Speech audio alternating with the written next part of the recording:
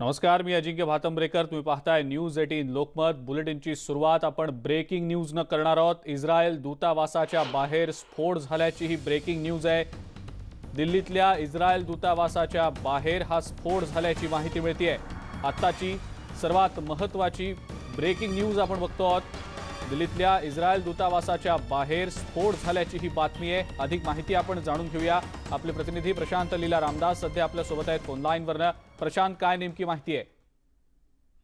चाणक्यपुरी परिसरामध्ये असलेल्या इस्रायल दूतावासाच्या परिसरामध्ये बॉम्बस्फोट झाल्याची ही प्राथमिक माहिती पुढे आली आहे.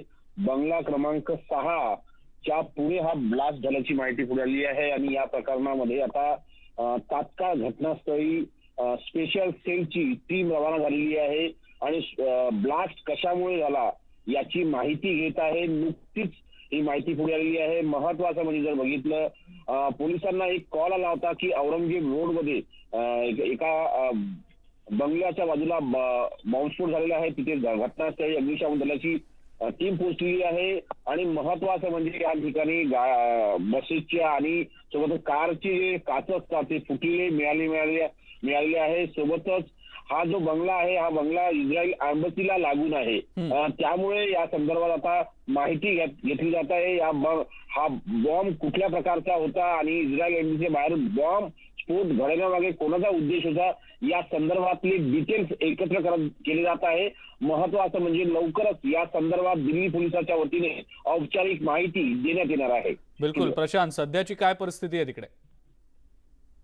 सध्या घटनास्थळी स्थळावरती पोलीस पोहोचलेली आहे आणि या संदर्भातले डिटेल्स एकत्र केले जात आहे. माहिती एकत्र केली जात आहे की हा बॉम्ब कसा फुटला आणि कुठल्या पद्धतीने यामध्ये स्फोटक होते यासाठी एनसीआयची टीम देखील तिथे पोहोचलेली आहे. सोबतच इतरही चमू जे आहे स्पेशल स्क्वॉड देखील पोहोचलेला आहे. बॉम्ब शोधक पथक देखील तिथे पोहोचलेलं आहे आणि लवकरच या संदर्भात दिल्ली पोलिसांच्या औपचारिक माहिती देतील, कारण की या संदर्भातली अजून फक्त बॉम्बस्फोट झाला एवढी माहिती पुढे आलेली आहे आणि दिल्ली पोलिसांनी या संदर्भात फक्त एवढीच माहिती दिलेली आहे. बिलकुल प्रशांत, धन्यवाद. सविस्तर माहिती आपण दिलीत त्याबद्दल. आणि या संदर्भातले अपडेट्स आपण वेळोवेळेला घेणारच आहोत. आपण बघतो आहोत इस्रायल दूतावासाच्या बाहेर हा स्फोट झालेला आहे. स्पेशल सेलचं पथक घटनास्थळी दाखल झालेलं आहे. सुदैवाची बाब म्हणजे कुणालाही दुखापत झालेली नाही. काही गाड्यांचं मात्र नुकसान झाल्याचं समोर येत आहे. आता हे स्पेशल सेलचं जे पथक आहे हा सगळा प्राथमिक आढावा तिथला घेत आहे आणि काही वेळातच याबद्दलची औपचारिक माहिती देखील दिली जाणार आहे. पुढची आणखीन एक ब्रेकिंग न्यूज आपण बघणार आहोत. महाविद्यालय देखील लवकरच सुरू होणार असल्याची घोषणा मंत्री उदय सामंत यांनी केलेली आहे. या संदर्भातला निर्णय येत्या 2 दिवसात घेतला जाणार आहे. महाविद्यालयांसाठी देखील एसओपी तयार केले गेल्याची माहिती उदय सामंत यांनी दिलेली आहे. अधिक माहिती या संदर्भातली आपण जाणून घेऊया. प्रफुल्ल साळुंखे आपले प्रतिनिधी आपल्या सोबत आहेत. प्रफुल्ल, काय नेमकी माहिती आहे?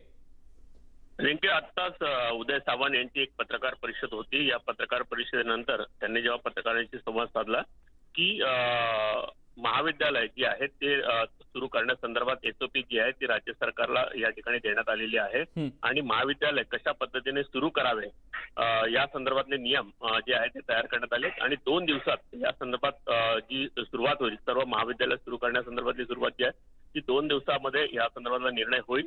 साधारणतः उपस्थिती कशी आणि किती असावी याबाबत देखील त्यांनी माहिती दिली आहे. साधारणतः सर्वच्या सर्व उपस्थित असण्यापेक्षा जे जे आता सध्या सुरुवातीला ज्यांची सहमती असेल महाविद्यालयात आम्हाला यायचं आहे अशा विद्यार्थ्यांना पहिलं प्राधान्य जे आहे ते या ठिकाणी दिलं जाणार आहे आणि जसजसं महाविद्यालयांविषयी मध्ये कोरोनाची भीती कमी होईल तसतशी संख्या जी आहे ती वाढवण्यात येणार आहे. बिलकुल प्रफुल्ल, धन्यवाद. सविस्तर माहिती आपण दिली त्याबद्दल. मुंबईकरांसाठी या पुढच्या 2 बातम्या अत्यंत जिव्हाळ्याच्या आहेत, कारण मुंबईकरांची लाईफलाईन म्हणून ज्या लोकल रेल्वे सेवेकडे पाहिलं जातं ती सर्वसामान्यांसाठी केव्हा सुरू होणार याकडे सर्वांचं लक्ष लागलेलं होतं आणि त्याचं उत्तर आता मिळालंय. येत्या 1 फेब्रुवारीपासून सर्वसामान्यांसाठी लोकल सेवा सुरू होणार आहे. तर दुसरीकडे मेट्रो 2A आणि मेट्रो 7 या डब्यांचं मुख्यमंत्री उद्धव ठाकरे यांच्या हस्ते अनावरण करण्यात आलेलं आहे.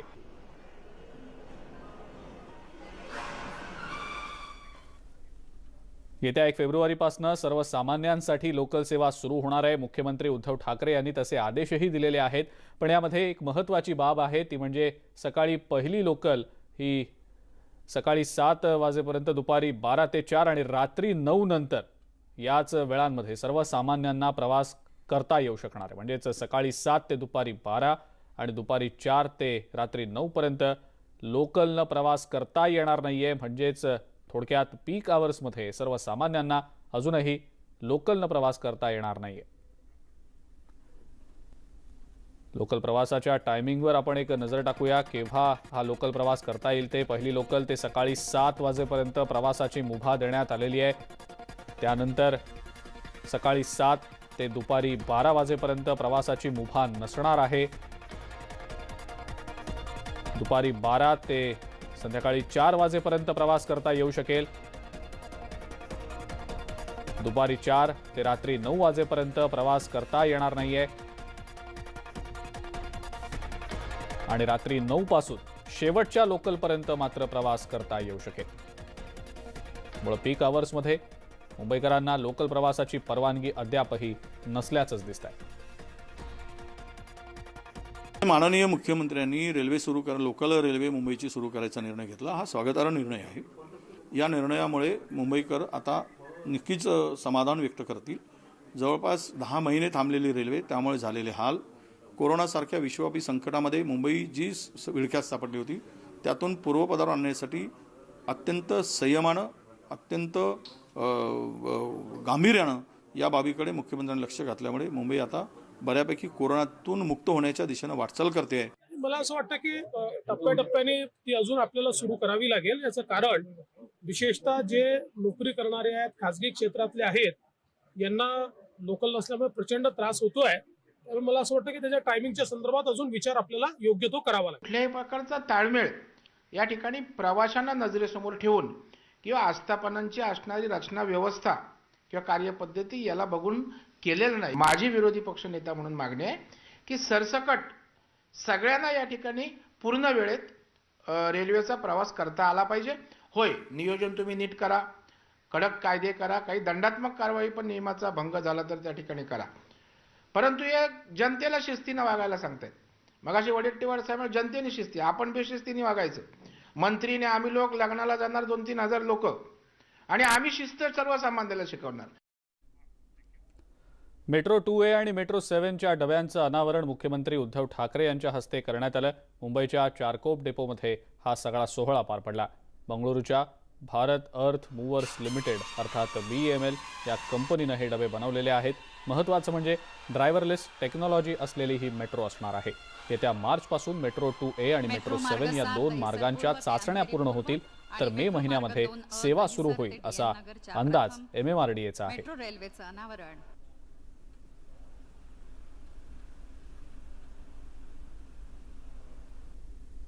आजपर्यंत ज्या लोकल्स आपण म्हणतो की लोकल सुरू करा आहे ना, सुरू केल्या, पण करताना सुद्धा खूप विचार करावा लागला।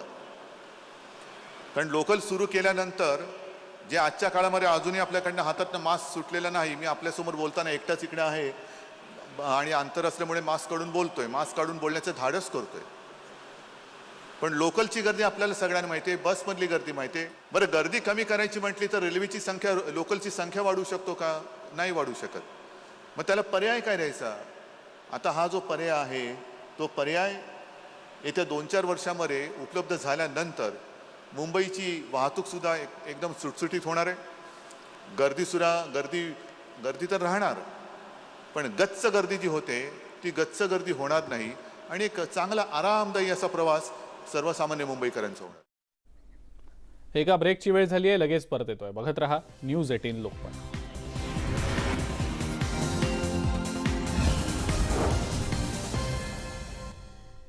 ब्रेकनंतर आपल्या सगळ्यांचं पुन्हा एकदा स्वागत। ब्रेकिंग न्यूज आपण पुन्हा एकदा बघूया। दिल्लीतल्या इस्रायल एम्बसी जवळ स्फोट झाल्याची ही ब्रेकिंग न्यूज आहे।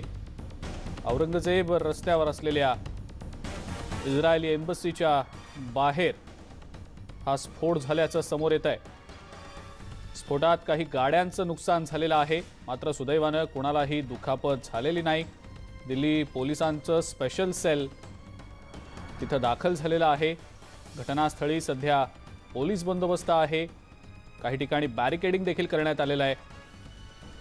आपण आपल्या स्क्रीनवर ही जी दृश्य पाहतो आहोत ही औरंगजेब रस्त्यावरची दृश्य आहेत।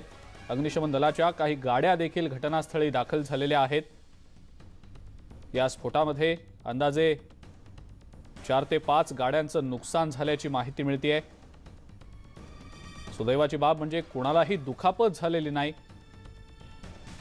हा स्फोट नेमका कसा झाला याबद्दलची अजूनही प्राथमिक माहिती समजू शकलेली नाही। दिल्ली पोलीस सध्या अलर्ट मोडवर आहेत। दिल्लीतल्या औरंगजेब रस्त्यावरच्या इस्रायली दूतावासाच्या बाहेर हा स्फोट झाल्याची ब्रेकिंग न्यूज आपण सध्या बघत आहोत। या स्फोटाच्या पार्श्वभूमीवर दिल्ली पोलिसांनी घटनास्थळाच्या आजूबाजूचा जो परिसर आहे तिथं बॅरिकेडिंग केलेली आहे, चोख बंदोबस्त तिथं तैनात केलेला आहे। या स्फोटामध्ये काही गाड्यांचं नुकसान झाल्याची माहिती मिळते आहे।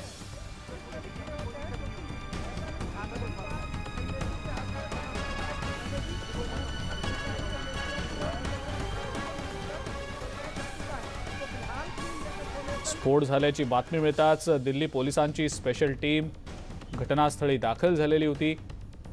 याच संदर्भातली अधिक माहिती आपण जाणून घेणार आहोत। आपल्या सोबत आपले प्रतिनिधी प्रशांत लीला रामदास आहेत फोन लाईनवरनं। प्रशांत, हा स्फोट नेमका कसा घडला, तीव्रता नेमकी कितपत होती, काही माहिती या संदर्भातली मिळू शकली आहे का? आणि या संदर्भात ज्या पद्धतीने प्राथमिक माहिती मिळालेली आहे, यामध्ये जो स्फोट झालेला आहे हा इस्रायल एम्बसीच्या बाजूला झालेला आहे आणि दिल्ली पोलिसांनी या संदर्भात म्हटलं आहे की हा लो इंटेन्सिटीचा स्फोट होता, म्हणजे कमी तीव्रतेचा स्फोट होता आणि हा 5:05 झालेला आहे। एपीजे अब्दुल कलाम रोड जो आहे जिंदल हाऊसच्या बाजूला तिथे झालेला आहे।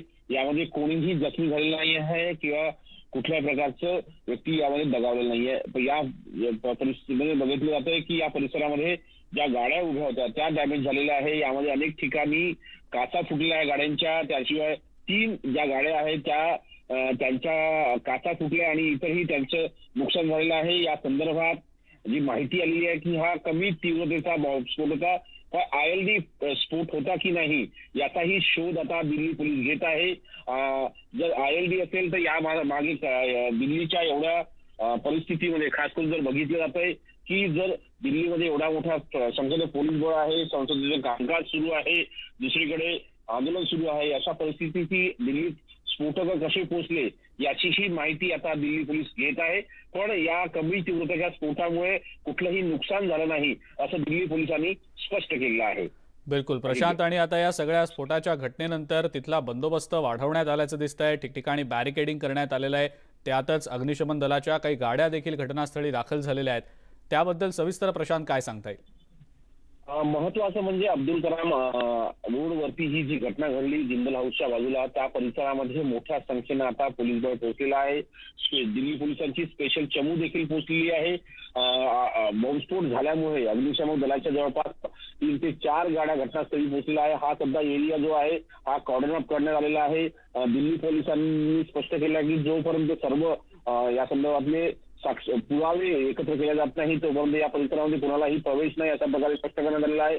दिल्ली पोलिसांच्या मोठी चमू देखील बसलेली आहे। सोबतच हा परिसर चाणक्यपुरी आणि या परिसरातले असल्यामुळे या परिसरामध्ये मोठ्या संख्येने वेगवेगळ्या देशांचे दूतावास आहे, तर त्यामुळे या सगळ्या परिस्थितीमध्ये अतिरिक्त निमलष्करी दलाच्या जवानांना देखील तैनात करण्यात आलेला आहे की इथे कुठल्या प्रकारची परिस्थिती जी आहे ती या संदर्भात स्पष्ट करण्यात आलेलं आहे। यासोबतच हे स्पष्ट करण्यात आलेलं आहे, अग्निशमन विभागाच्या वतीने स्पष्ट केलं आहे की अब्दुल कलाम रोडवरील बंगला नंबर 6 मध्ये ही घटना झालेली आहे आणि या घटनास्थळी जवळपास 3 ते 4 अग्निशामक दलांच्या गाड्या पोहोचल्या आहेत। दिल्ली पोलीस देखील स्पॉटवरती आहे।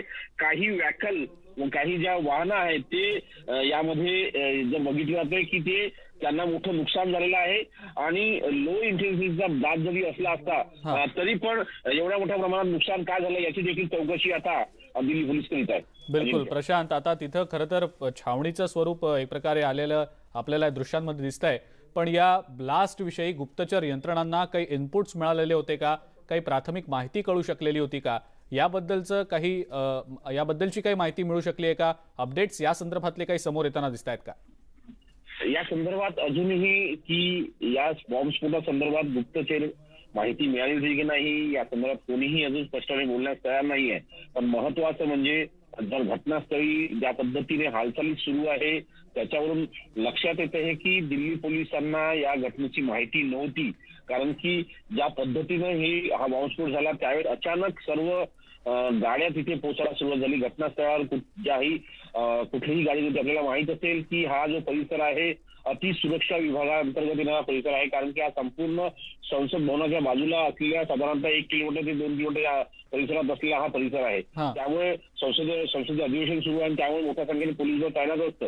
पण जेव्हा इथे बॉम्बस्फोट झाला त्यावेळेस इथे कुठल्या प्रकारचं पोलीस बळ तैनात नव्हतं अशी ही माहिती पुढे आलेली आहे. त्यामुळे दिल्ली पोलिसांना या संदर्भातली माहिती होती की नाही यावर स्पष्टपणे बोलणं योग्य नाही. पण कारण की या संदर्भात आता लवकरच दिल्ली पोलिसांच्या वतीने औपचारिकपणे प्रसिद्धीपत्रक जारी करण्यात येईल किंवा दिल्ली पोलिसांच्या वतीने जनसंपर्क अधिकारी यांचे जे आहेत डीसीपी भगत ते या संदर्भात माहिती देतील. पण महत्वाचं म्हणजे जर बघितलं तर यावेळी घटनास्थळावरती ज्या पद्धतीने मोठ्या संख्येने पोलीस बळ आहे आणि या संपूर्ण परिस्थितीचा आढावा घेतला जात आहे आणि सोबतच कुठल्याही प्रकारे मोठं नुकसान झालं नाही असा दावा दिल्ली पोलिसांचा आहे. फक्त कोणीही जखमी झालं नाही आहे आणि कोणीही यामध्ये दगावले देखील नाही आहे. पण मोठ्या संख्येने वाहनांचं नुकसान झालं असं स्पष्टपणे दिल्ली पोलिसांनी म्हटलेलं आहे. बिलकुल बिलकुल प्रशांत, आणि ज्या बंगल्यामध्ये हा स्फोट झाल्याचं सांगितलं जात आहे, बंगल्यामध्ये नेमकं कोणी राहत होतं का, कोणाचा हा बंगला होता, त्याबद्दलची नेमकी काय माहिती आहे? कारण हा परिसर तसा बघितला आपण तर अनेक हाय प्रोफाईल व्यक्तींच्या ते तिथे राहत असल्याचा आजूबाजूचा परिसर आहे.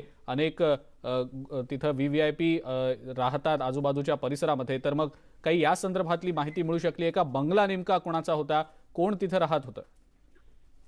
या संदर्भात जी माहिती मिळाली आहे जिंदल हाऊसच्या बाजूचा हा बंगला आहे आणि याच बाजूला इस्रायली दूतावास देखील आहे. आपल्याला माहित असेल 13 फरवरी 2012 रोजी अशाच प्रकारचा एक बॉम्बस्फोट औरंगजेब रोडवरती झाला होता ज्यामध्ये हा लोअर इंटेन्सिटी ब्लास्ट होता. ज्याच्यामध्ये इस्रायल दूतावासाच्या इनोवाला स्टिकी बॉम्ब लावण्यात आला होता आणि त्या बॉम्बस्फोटामध्ये त्यावेळेसचे दूतावासांचे जे प्रमुख होते त्यांच्या पत्नी, ज्या प्रमुख अधिकारी त्याच्या पत्नी जखमी झाल्या होत्या. पण या घटनाच्या वेळी कुणीही जखमी झालं नाहीये. पण या बंगल्यामध्ये कोण राहत होते याचीही माहिती आता लवकर दिल्ली पोलिसांच्या वतीने दिली जाईल. माहिती घेतली जात आहे पण घटनास्थळावर मोठ्या संख्येने पोलीस बल तैनात असल्याची माहिती पुढे आलेली आहे. बिलकुल बिलकुल प्रशांत, असंच आमच्या सोबत राहा. आपण न्यूज 18 लोकमतच्या प्रेक्षकांना पुन्हा एकदा ही एक ब्रेकिंग न्यूज आपल्यापर्यंत येते ती दाखवूया.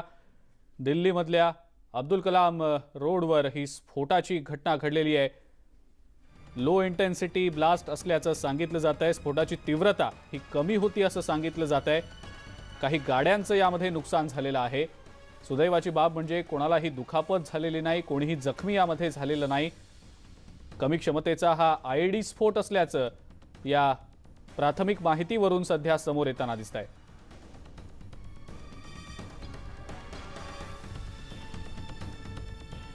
दिल्लीच्या इस्रायल दूतावासाजवळच्या एका बंगल्यामध्ये हा स्फोट झाल्याचं आता समोर येत आहे. या संदर्भात आपण प्रतिक्रिया जाणून घेणार आहोत. आपल्या सोबत कर्नल अभय पटवर्धन आहेत सध्या फोन लाईनवरनं. सर, खूप खूप स्वागत आपलं न्यूज 18 लोकमतमध्ये. दिल्लीमधल्या अब्दुल कलाम रस्त्यावरच्या एका बंगल्यामध्ये, हा बंगला दिल्लीमधल्या इस्रायल दूतावासाच्या बाजूला आहे, तिथं स्फोट झाल्याची ही ब्रेकिंग न्यूज समोर येते आहे. या सगळ्या 26 जानेवारीच्या प्रजासत्ताक दिनाच्या सोहळ्याच्या पार्श्वभूमीवर कडेकोट बंदोबस्त असतो आणि त्याही पार्श्वभूमीवर हा मोठा स्फोट झाल्याचं समोर येत आहे. आपली या संदर्भातली प्रतिक्रिया? असं आहे, हा स्फोट झाला ते वाईट आहे, पण जितकं आपण याला महत्व देतो आहे तितका हा महत्वाचा स्फोट नाही आहे. ऍक्च्युअली फुटपाथवर झालेल्या बंगल्यासमोरच्या इस्रायली एम्बसी पासून जवळपास 150 मीटर दूरवर तो बंगला होता, म्हणजे आहे. सगळ्यात महत्वाची गोष्ट म्हणजे हा अब्दुल कलाम रोड किंवा जुना जो औरंगजेब रोड होता त्याच्यावर झालेला स्फोट आहे. आणि इथना बीटिंग द रिट्रीट ची जागा जी आहे ती साधारण 3 ते 3.5 किलोमीटर दूर आहे.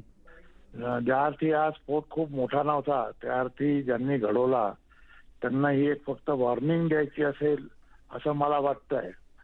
आणि त्याचा आपण गांभीर्याने विचार करणं जरुरी आहे, कारण कुठल्याही प्रकारची अशी जेव्हा वॉर्निंग दिल्या जाते त्याच्यानंतरची जी काही कारवाई असते ती फार मोठी असते. त्याप्रमाणे 26 जानेवारीच्या जो आपल्या इथे प्रोग्राम चालतो त्याच्या समापनाच्या दिवशी हा स्फोट झालेला आहे आणि इतक्या वर्दळीच्या रस्त्यावर झालेला आहे. याचा अर्थ असा की आतंकवादी आपल्याला सांगू इच्छितात आहेत की तुमच्या महत्वाच्या दिवशी सुद्धा आम्ही स्फोट करू शकतो आणि आम्हाला पाहिजे तिथे करू शकतो.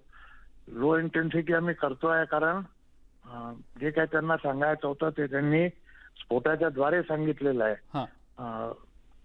पण याच्यापेक्षा जास्त याला आपण महत्व देऊ नये आणि बहुतेक करून दिल्ली पोलिसांनी आपली कंबर कसलेली असणार आहे याच्यानंतर की जे काही तिथे आता चेकिंग वगैरे चालू झालं असेल आहे ते संपूर्णपणे चालू होईल. पण त्याचबरोबर आपल्या इथल्या लोकांनी सुद्धा महाराष्ट्रातल्या आणि खास करून मुंबईच्या नागपूरच्या लोकांनी अलर्ट राहायचे जरुरी आहे. बिलकुल बिलकुल सर, खूप खूप धन्यवाद. आपण न्यूज 18 लोकमतशी बोललात आणि आपली प्रतिक्रिया दिलीत त्याबद्दल. या परिसराला सध्या पोलीस छावणीचं स्वरूप आलेलं आहे. काही प्राथमिक माहिती या संदर्भातली पोलीस अधिकाऱ्यांकडून मिळते, आपण पाहूया. कॉल यही थी कि बम ब्लास्ट हुआ है, वहाँ पहुंचिए. अच्छा, तो कोई नुकसान हुआ है क्या? कोई क्या नुकसान का हमें नहीं पता. शीशे 3 गाड़ियों के शीशे टूटे हैं, वो हमने नंबर ले रखे. तो आपके पास ब्लास्ट की कॉल थी? ब्लास्ट की कॉल थी. अच्छा, बम ब्लास्ट की कॉल थी जी. और ये कहाँ पे होने की कॉल थी? कहाँ पे होने की? एड्रेस दे रखा है, तुगलक रोड.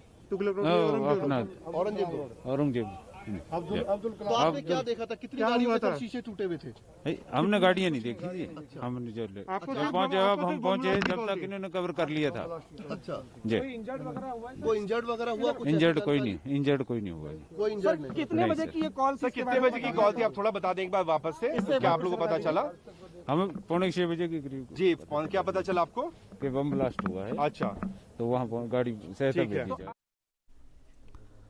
तर आपण बघितलं अब्दुल कलाम रस्त्यावर स्फोटाचा हा सगळा प्रकार घडलेला आहे. बॉम्बस्फोटच होता असं पोलीस अधिकारी देखील सांगतायत आणि स्फोटाची तीव्रता कमी होती हे देखील त्यांनी सांगितलेलं आहे.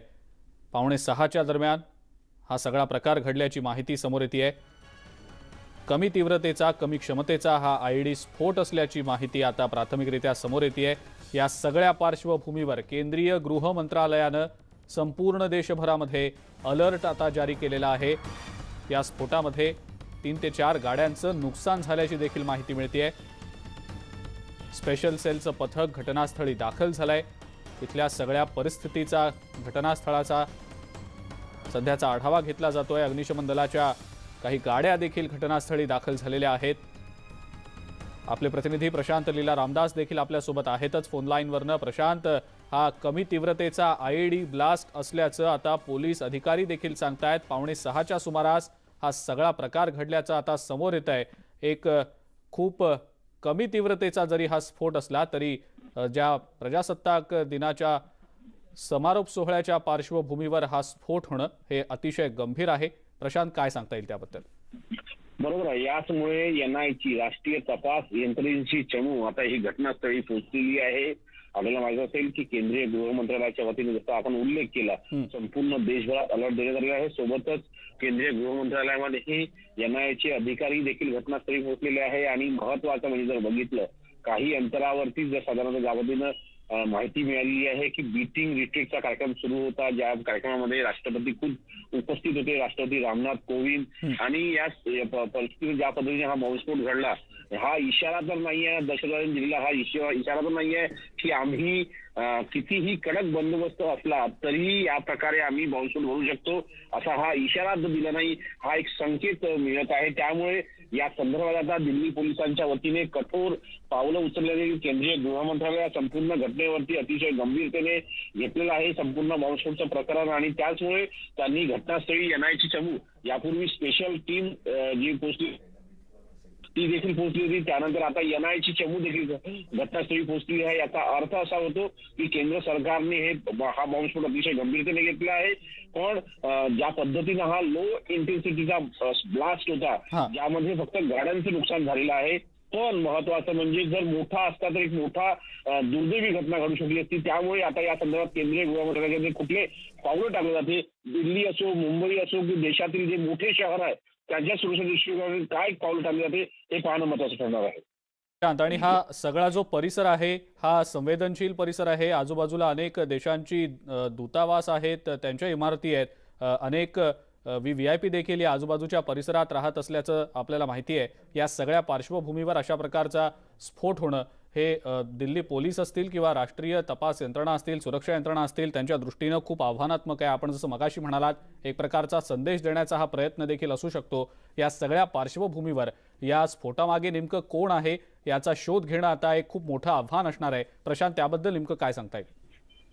महत्वाचं म्हणजे जसं अजिंक्य आपण विचारलं की हा जो ज्या परिसरामध्ये हा स्फोट झाला आहे तो पूर्वीचा औरंगजेब रोड आणि आताचा APJ अब्दुल कलाम रोड, या अब्दुल कलाम रोडवरच्या 6 नंबरच्या बंगल्यामध्ये हा बंगल्याच्या बाजूला असलेल्या परिसरात हा स्फोट झालेला आहे. आणि महत्वाचं म्हणजे झाडाचं